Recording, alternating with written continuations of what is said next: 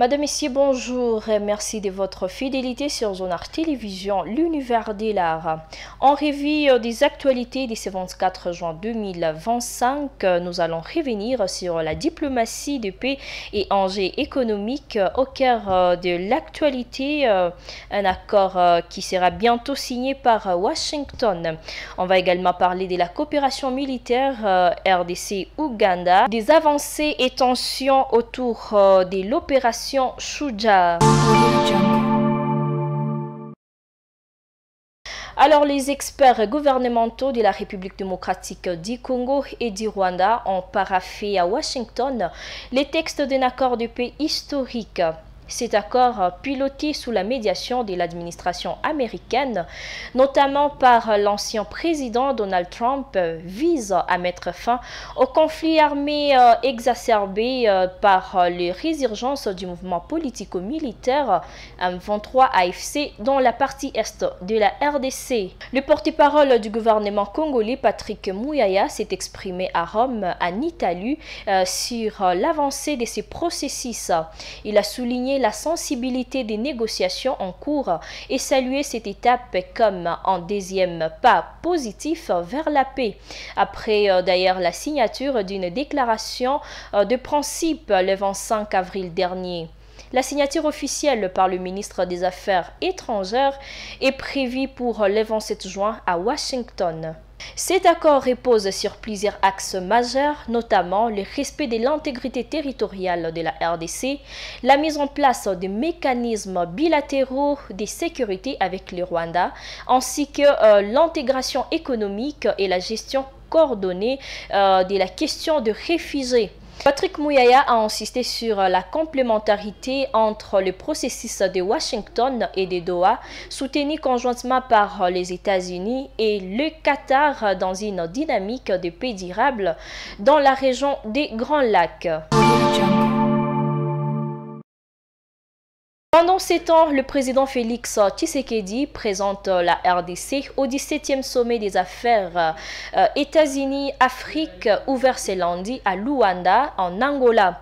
Plus de 1500 délégués chefs d'État africains et responsables américains prennent part à ces rendez-vous stratégiques placés sous les thèmes le voie de la prospérité, une vision commune du partenariat entre les États-Unis et l'Afrique. Ces sommets organisés par les corporates Council on Africa et les gouvernements congolais visent à renforcer les échanges économiques entre l'Afrique et les États-Unis. Le président Tshisekedi, en marge de ces forums, devrait également échanger avec les émissaires américains sur la mise en œuvre prochaine de l'accord de paix avec le Rwanda, dont le texte est désormais finalisé. La délégation américaine, composée de figures influentes comme Troy Fighterell et Massad Boulos, réaffirme son engagement dans les processus diplomatiques trilatéral RDC-Rwanda-USA. Ce contexte politique s'inscrit dans une volonté plus large de stabilisation régionale à travers des projets comme les corridors des Lobito qui reliera l'Angola à la RDC, à la Zambie et à la Tanzanie, favorisant les commerces, les infrastructures et le développement. Ensuite, le président de la République démocratique du Congo, Félix Tshisekedi, reçoit le général Muhoozi pour une mise au point stratégique. Le samedi 21 juin 2025, le président Félix Antoine a reçu la cité de l'Union africaine, le général Muhoozi Kainerugaba, chef d'état-major de la force de défense du peuple ougandaise, UPDF.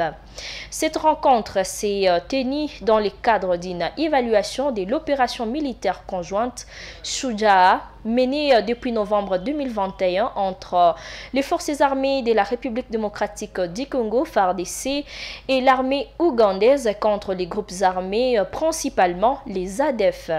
Accompagné de son homologue congolais, le général Gilles Banza Mouilambwe, le général Kainerugaba a salué le chef de l'État congolais et commandant suprême des FARDC. À l'issue de cette entrevue, Tshisekedi a été suffisamment informé de l'évolution des opérations militaires en cours selon une dépêche de la présidence. Depuis son lancement, l'opération Shuja a permis des avancées notables dans les territoires de Beni, au Nord Kivu, et d'Irumu à Nituri. Notamment la destruction en septembre 2024 d'une importante base des ADF entre 47 et Kota-Okola. Cette opération bilatérale militaire reste un pilier majeur dans la lutte régionale contre les groupes terroristes affiliés à l'État islamique. Kainerugaba désigne le Wazalendo comme cible potentielle vers une extension controversée de l'opération. Au lendemain de sa rencontre avec le président Félix Tshisekedi, le général Muhoozi Kainerugaba a publié une déclaration marquante sur ses réseaux sociaux qualifiant le Wazalendo de force négative. Il a affirmé que les forces conjointes UPDF les attaqueraient. Il a dit, je cite, « partout où nous les trouverons, à moins qu'ils se rendent ». Cette sortie médiatique intervient peu à peu la signature d'une version révisée du mémorandum d'attente sur l'opération Shuja, qui vise officiellement les ADF MTM. Les propos du général ougandais laissent toutefois entendre une volonté d'étendre les cibles militaires au groupe Wazalendo, coalition de milices locales qui combattent notamment les M23 dans l'est du pays. Alors cette perspective pourrait engendrer des tensions diplomatiques.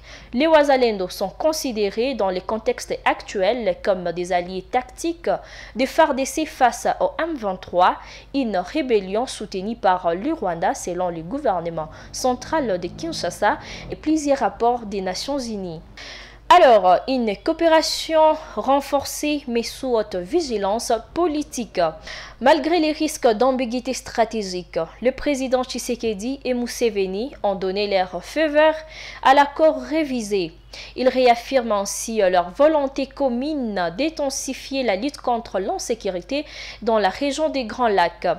Toutefois, l'intégration potentielle de Wazalendo comme cible militaire pourrait poser un problème d'interprétation sur les terrains, alors même que les FARDC poursuivent les combats acharnés contre les mouvements du 23 mars.